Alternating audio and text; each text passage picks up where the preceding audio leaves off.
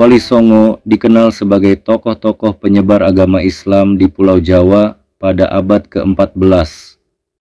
Berkat peran dari ke-9 ulama tersebut, ajaran Islam berhasil disebarluaskan dan diintegrasikan ke dalam budaya lokal.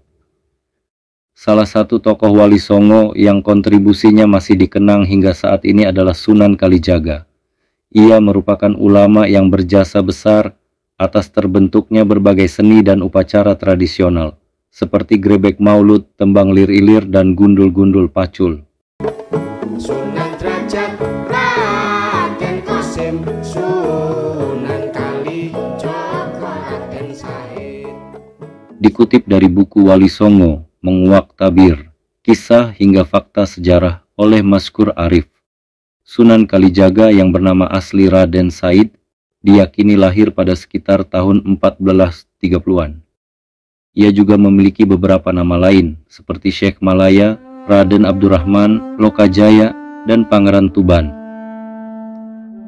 Nama Pangeran Tuban disebutkan terkait dengan latar belakang keluarganya, yakni sebagai anak dari Tumenggung Wilatikta yang menjabat posisi Bupati Tuban pada masa Kerajaan Majapahit. Sunan Kalijaga sendiri diperkirakan hidup selama 4 masa pemerintahan, yaitu pada masa Majapahit, Kesultanan Demak, Kesultanan Pajang, hingga era Mataram Islam. Lebih lanjut, terdapat beberapa pendapat mengenai arti nama Kalijaga. Dalam bahasa Jawa, Kalijaga berasal dari kata kali yang berarti sungai dan kata jaga yang bermakna menjaga. Berdasarkan babat Tanah Jawi, Sunan Kalijaga diceritakan kerap menenangkan pikiran di sebuah sungai seolah-olah menjaga kali tersebut.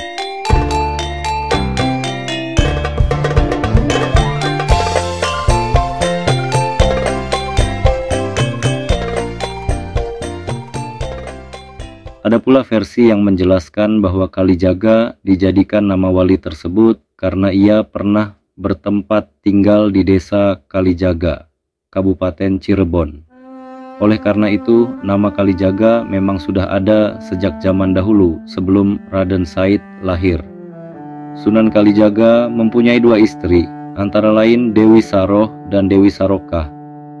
Pernikahannya bersama Dewi Saroh menghasilkan 3 anak, yaitu Raden Umar Said, Dewi Ruqoyah, dan Dewi Sofiah, di mana Raden Umar Said merupakan nama asli dari Sunan Muria, sedangkan bersama Dewi Sarokah, ia memiliki 5 anak.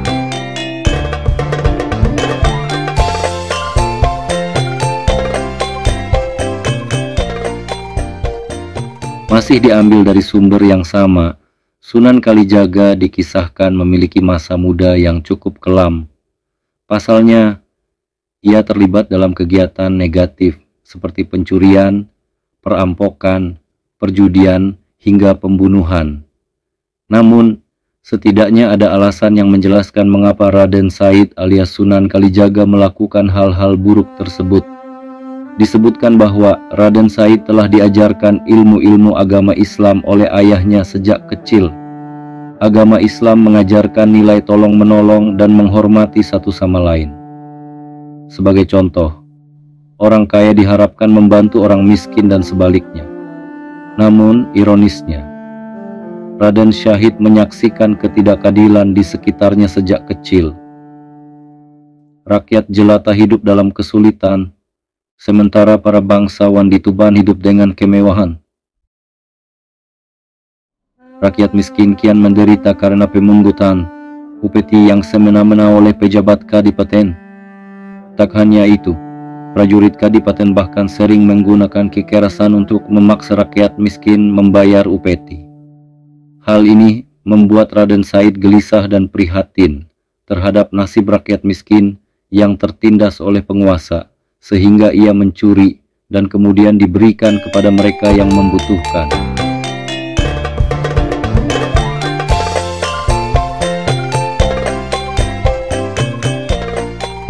Sunan Kalijaga juga memiliki keahlian dalam bidang arsitektur, politik, dan militer. Ia mempunyai kemampuan mengumpulkan massa untuk mendengarkan dakwah Islam. Karyanya yang terkenal antara lain berupa seni wayang kulit dan cerita-cerita yang membahas ajaran agama Islam. Ruang lingkup dakwah Sunan Kalijaga pun yang paling luas jika dibandingkan dengan wali yang lain.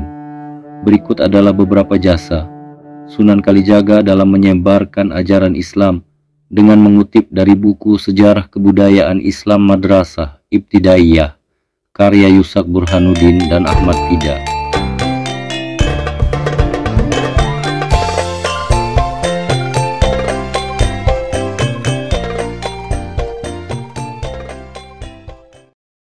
Satu, sebagai mubalik.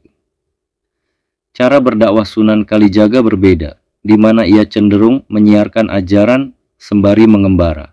Sebaliknya, para wali yang lain umumnya berdakwah dengan cara menetap di suatu pesantren atau surau. Ia mengubah sedikit demi sedikit ajaran nenek moyang masyarakat Jawa dengan metode yang ramah dan halus. Upayanya ini turut terlihat dalam penggunaan pakaian adat Jawa yang disempurnakan secara Islami. Bidang strategi perjuangan. Mengakarnya budaya dan keyakinan sebelumnya, Sunan Kalijaga menggunakan strategi perjuangan dengan menyesuaikan kondisi masyarakat saat itu. Di antaranya adalah dengan menggunakan pertunjukan wayang,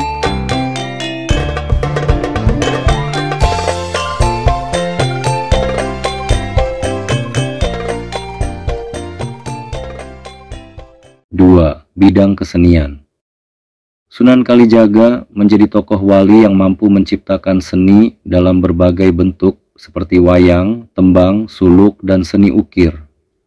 Ia menggunakan keahliannya tersebut untuk berdakwah dengan karyanya, antara lain lir-ilir, dandang gula, dan gundul-gundul pacul. Sunan Kalijaga juga terlibat dalam penciptaan beduk untuk masjid, grebek maulud, gong sekaten, dan seni ukir tumbuhan. Selain itu, ia menciptakan cerita pewayangan yang dihimpun dalam kitab-kitab cerita wayang. Dengan kontribusinya dalam dunia seni, Sunan Kalijaga dihormati sebagai ahli seni di masyarakat Jawa.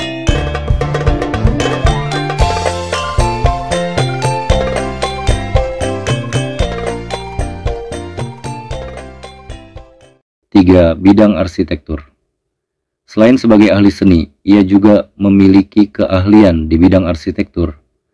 Ia berperan dalam merancang kota Demak dan mendirikan Masjid Agung Demak. Salah satu karyanya yang terkenal adalah Saka Tatal. Tiang kokoh dalam masjid tersebut yang terbuat dari kayu jati. Saka Tatal berfungsi sebagai penyangga bagian atas atap Masjid Agung Demak.